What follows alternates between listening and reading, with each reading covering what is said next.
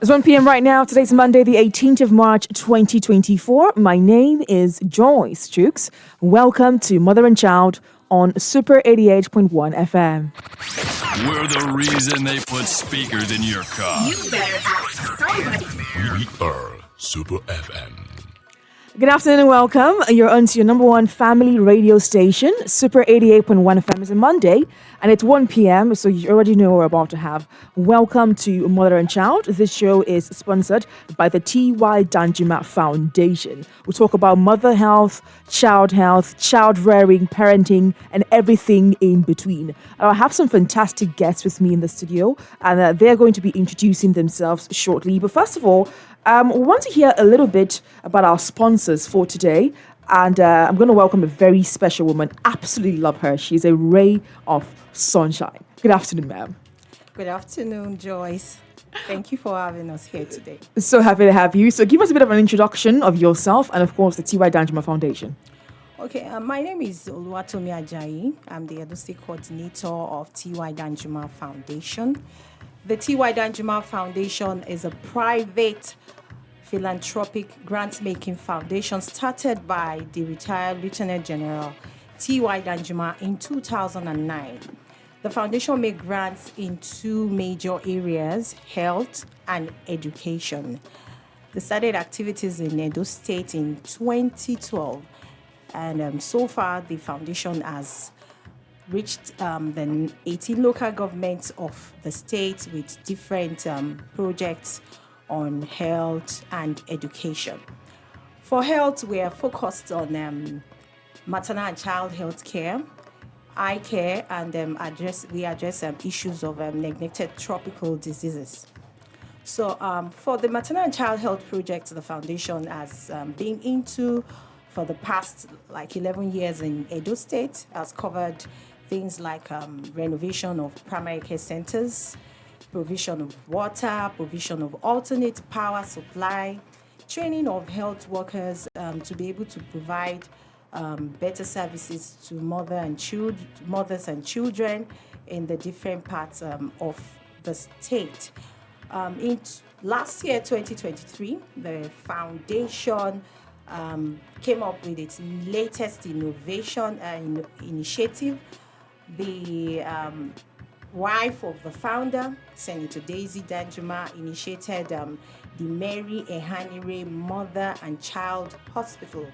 And this is also in line with the Mother and Child Care, Maternal and Child Health Care initiative of the foundation. She initiated it and the foundation supported and built the hospital right here in Benin. The hospital is there. It's on Faith Way, on 17 Ruben Hagu Street. On Faith Way, it's a standard hospital with standard equipment, with well-qualified personnel to provide the best services for mothers and children in Benin City and even beyond. Fantastic. So how has the success rate been for the work you're doing so far? Yes, we've ensured that whatever it is that we're doing, we are doing to support what government is doing, because we have also found that the government of this state is interested in providing the best health care services to the people. So we bring on our initiatives also to support what they're doing, and that's why we have this hospital with all the standard equipment to be able to bring closer to people the best services that they can get for mothers and children. Though the hospital is not providing free services, but you can be sure that it's something that is affordable for everyone. And the perk for this, our initiative, is that we have a special program for indigent mothers who would want a very, very subsidized delivery or cesarean section. We're still putting that together, and once we're ready for that, we would announce so that indigent mothers who need to deliver their babies in a standard health facility can take up the services. Absolutely lovely. Where it's up and running, I can't wait for you to share the news with me so I can, of course, share it to people that need it the most. Thank you so much for joining me this morning. And, of course, thank you to Ty Danjuma Foundation for partnering with us on this particular show. It's something that we did to create the right amount of awareness and make sure that everybody is fully informed. And I'm just so excited that we get to do it with a foundation like Ty Danjuma Foundation. Yes. Now, we're going to move into our conversation for today. I have 3 people with me in the studio, and I want you to meet them. It's going to be a big conversation. If you're an expectant mother or an expectant parent in general, this is a conversation that you want to be a very big part of. Now, I don't know if you've ever heard about...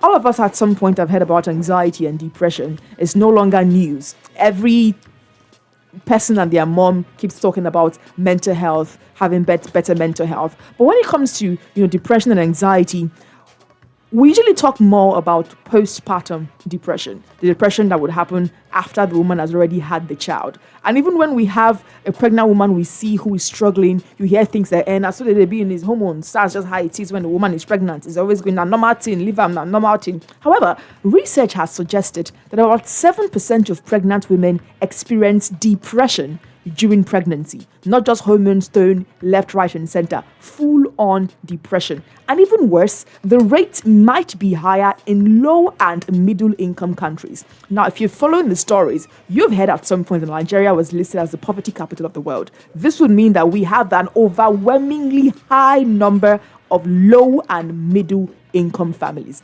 This is a point that you should hold very seriously. And if you're still thinking, I've had depression so many times, well, even it's depression, to put it, lightly, it's a mood disorder that causes a persistent feeling of sadness and loss of interest. And it is the most common disorder in the general population. Now, this condition occurs twice as often in women, pregnant or not, than it does in men. And the initial onset of depression usually peaks during a woman's reproductive years. But I am not a medical practitioner, so I'm not going to sit here and pretend that I have all the information for you. Luckily for you, I have people in the studio who do. I have Dr. Michael Ede, who is a consultant obstetric and gynecologist, and also the acting medical director at Mary Ehanire Mother and Child Hospital. Good afternoon, doctor. Fantastic. Happy to have you. I have Nurse Igbinigye Eunice. She's a registered nurse and a midwife at the exact same hospital. And also we have Mrs. Yvonne Dika, who is a clinical psychologist. Thank you so much for joining us this afternoon. How are you all doing? We're all doing fine. We're doing good. Very excited to have you in the studio. This is a very big conversation. Yeah. And I'm very happy that we're finally talking about this. Yeah. So I'm going to start with you. Dr. Michael, you are an ONG, like you like to call it. Yes. You're an ONG practitioner. How often have you met with a patient and figured out that something might be wrong somewhere, leading to prenatal depression? Yes, as you rightly say, pregnancy is a thing of joy, and every woman, and most especially in our society, is expected to get pregnant. And we are from an environment where we have high premium to pregnancy, most especially after getting married, where a woman is expected to have a baby and for the family and everything. I know this condition where during pregnancy, a lot of hormones, I know the stress hormones and everything, tends to get high and, during the pregnancy. And as these hormones and everything imbalance in the physiological and also activities that take place, then combining it with the with some family and also background history of stress of things that could stress the woman. And most times the woman is thinking about the outcome of the pregnancy. What could be the outcome of my pregnancy and everything. And once they begin to worry and everything, they put themselves under stress, they begin to have a lot of fear. And these fears could also lead to what? Some anxiety disorders. And most of these anxiety disorders could tip them into depression. And some of these, this is an environment where we have high premium to pregnancy, and we need to, and we have seen a lot of people, a lot of women will come showing a lot of concern. What is going to be the outcome of my pregnancy? They come in and go in and out of hospital. Some that's for those that could even afford to come to hospital. There are lots of people along the street where we don't, they don't even have any form of contact or nobody to talk to. And this, at the end of the day, outcome, you see a lot of depressed people along the street and even tipping them to the extreme of becoming lunatics and all those things along the street. So that's so worrisome. It's very common. Thank you. I'm going to look towards you now, Mrs. Evan. You are a clinical psychologist, so I'm not sure there's anybody else more qualified to speak on this matter. What is prenatal depression? All right, thank you very much. I want to thank you for this opportunity to speak about prenatal depression. So, in just simple terms, prenatal depression is a feeling of extreme sadness, anxiety, hopelessness. And so when we consider prenatal depression, it's the period whereby you must have seen yourself going through some of these things I have listed, like sadness and hopelessness, within the period of 2 weeks, between 1 to 2 weeks. Then you are considered to have prenatal depression, because as women, a pregnant woman, you are susceptible to have mood swings, emotional breakdown because of the change of hormones, the striking of hormones and everything that has to do with with the chemical reactions in the brain. So it invariably affects your mood. But when it becomes persistent and it's not going away, then you're considered under this cadre to have prenatal depression. So that's on prenatal depression. So when you find out that, this period of time you've been so sad and nothing can bring you out of that sadness, you are a suspect. Yeah, let me use that word. You are already under that cadre, so we can say that you have prenatal depression. If you come to the position where you no longer have interest in the things you normally do, like you like to hang out with your friends, you like to go to the beach and all of those things, and it becomes very difficult for you to wake up in the morning and do some certain activities you were used to doing, then you need to check in with the doctor. So when also you find out that you've lost interest, you no longer concentrate. Sometimes you wake up in the morning and you cannot bring yourself to the place where you have your bath or take your food. So it's affecting how you eat, how you relate with people around you. You become so irritable, like you can't talk to anybody because you yourself, you don't even understand how you feel. Then we can say that you have prenatal depression and you need to come for proper evaluation. So we cannot judge you from just this point. You have to come in for evaluations, and then we can say that clinically you have prenatal depression. When I was getting ready for this conversation, I saw something I found really interesting, where some symptoms for prenatal depression were listed. They had changes in your sleep patterns, your energy level, your appetite, your libido. However, I was looking at some symptoms of pregnancy, and these symptoms were also listed there. Have you ever been in a point, does it get confusing? How do you know for sure that this is just not one of those symptoms? Some of those symptoms, when they present, we said when they persist. And so sometimes most of all this are momentary. Is in pregnancy, it's good. You can get there are some moments you get worried. On some you can get anxious, but these are things that are temporary. But once they begin to persist on the symptoms that they produce, and there are instances where women, as you rightly said, low libido. Sometimes they even see their partners as if they are the cause of all their problems. And at the end of the day, a lot of issues concern. So once these symptoms begin to persist, definitely it is a depression that sets in, and that's when we begin to evaluate and see maybe to treat maybe subsequently. So what are some risk factors of depression during pregnancy? One of the commonest risk factors is that if the woman herself had depression before, or there is a family history, as with genetic, it could be genetic. Then subsequently, there are lots of stress. Stress could arise from a lot, of we are in a society where people are up and doing, looking for how to make life meet and everything. So it is.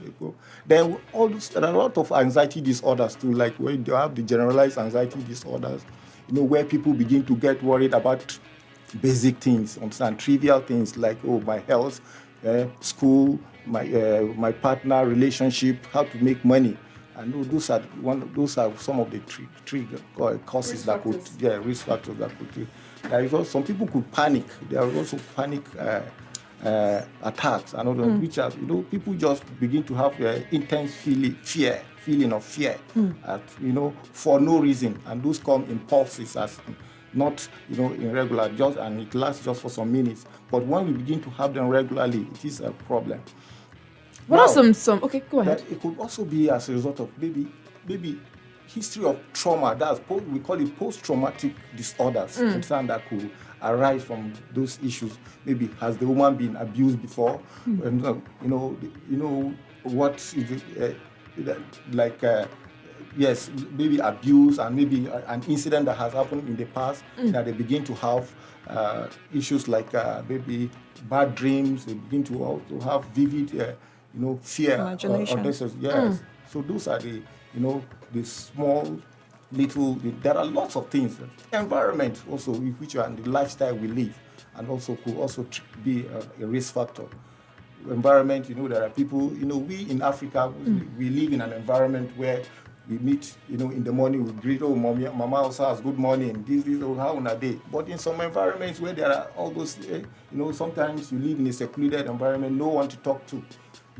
Things like that could arise. Then there is also how do I put it now? Just post-traumatic stress disorders generally, are risk factors. There are lots of things to talk about. We want to talk about post-traumatic stress disorders. Thank you. All right. So let's say I'm partnered with a woman right now. I'm a woman. What are some signs and symptoms that I should look out for that could possibly point to postnatal depression? Okay, thank you, Joyce. All right. So now some of these signs and symptoms that we'll look out for pregnant women to know if they are going through anxiety or going through depressions are sometimes you see that these activities they like doing usually, they no longer have interest doing it. Now, some of these signs may occur naturally with pregnancy, but like we said, when the signs keeps persisting, like for every time or for every day or almost in a full day, you are virtually sad, and then it continues for up to like 2 weeks and more than, then you should know that this person is tilting towards depression in pregnancy. And also there's this suicidal attempts, this suicidal thoughts of homicide. Okay, there's this thought of you want to kill yourself, you want to kill the baby. Maybe the baby is the cause of your problem. The baby is the cause of the stress you're going through. Those are also signs. And also when people get withdrawn, like somebody that is usually active, somebody that usually likes talking to people, and all of a sudden you see this person, it's quiet, this person is always sitting alone, then I think the people around this person should want to find out why is this person like this. And also the individual herself, if she notices anything like that about herself, she should also want to try and find out why is it that she usually doesn't have interest in these things she have interest on before. Some places she usually likes going, she doesn't want to go. She doesn't want to talk to people the way she used to talk before. She keep having this constant tiredness. Okay, then sometimes there's this inability to concentrate. You can't concentrate. You can't think straight. You can't make a good decision. Like, good, you want to make a good decision, but your decision is not like the way you usually make it. When you make this decision, you just feel it's not going through. It's not going through for you. So you have to rethink. And then those are times where you should go see your doctor because you actually need to talk about it. There's a help on the way. And these things are actually treatable. It's when it's left unattended to and when it's not properly managed.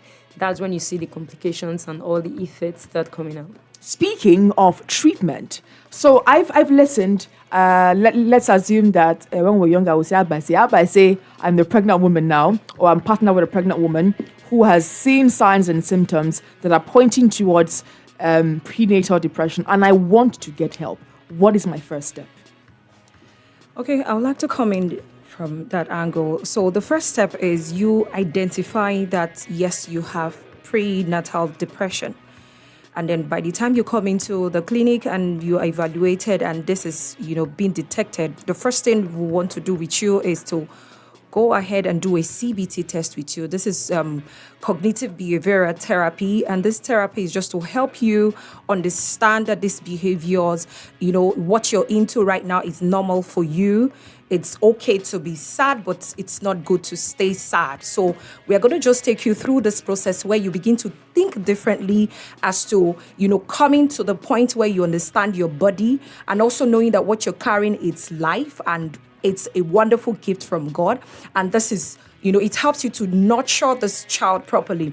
It helps you to take care of yourself. So what we're doing is to change your the notion you have, because your brain is giving you a different kind of frequency. So you're behaving as to what you're receiving from your brain. So if you feel sad, it's because there's a relay system to the brain which is saying, oh, I'm sad because I don't like my body or I don't like how I feel. So it's a response thing. So what we're going to do for you, what the psychologist will do for you, is to reset that mind, is to have you come to terms with your body and work in unison so you can walk through the 9 months, depending on the month you're in, to walk to full term and then deliver normally. And we're also just helping you come out of this, because if you stay on this prenatal depression, it could lead to full-blown depression, and you don't want that. We don't want you to come to a place where you are basically on medication, like you have to take drugs, and these drugs can have adverse effects on the future.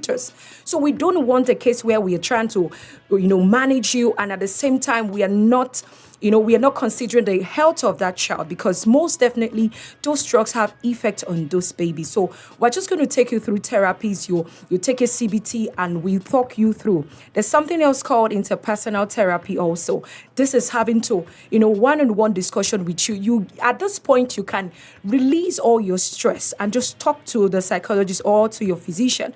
You're talking to this person, and then at that point, they said a problem shared is half solved. So at that point, you are able to understand the degree at to which you have those threats, the degree to what you're feeling, the sadness, the hopelessness, and then we just talk you out of all of these things. And then by that time, we can now see at what point you'll be taking medication. But all of this therapy is to alleviate and make sure that you don't get to the point where you take medications because of the future and the social placement of your child. Interesting. So, how can family members and loved ones support a woman struggling with prenatal depression?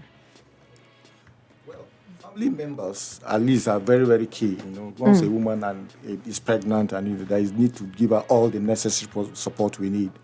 We talk about all her needs, maybe taking care of her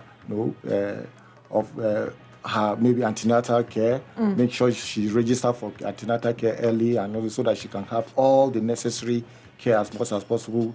And if there is need for you to go an extra mile, because it is a stressful experience, pregnancy quite okay, but at least the family plays a key role.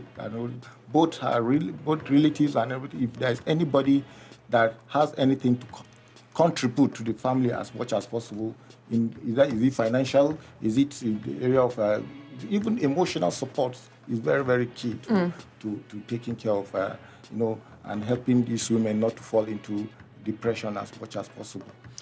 And also, is there any way that we can prevent this from happening? Well, it's a tricky one, isn't it? Yes, but prevention, as I said right from the beginning, prevention is very difficult to prevent, because, as I said, if a woman has had a previous history or a family history, there is no, there are chances of having prenatal depression is very, very high. And the main thing is that for her to, as much as possible, maybe present to the clinic or to have her midwife or the clinical psychologist, she should be able to open up and tell this is where I have issues and my challenges, and at the beginning, so that all necessary management modalities are put in place, so that in order to support her as much as possible. Prevention is difficult, and as much as possible, the midwives and the clinical psychologists are very, very key, and she herself needs to open up as much as possible.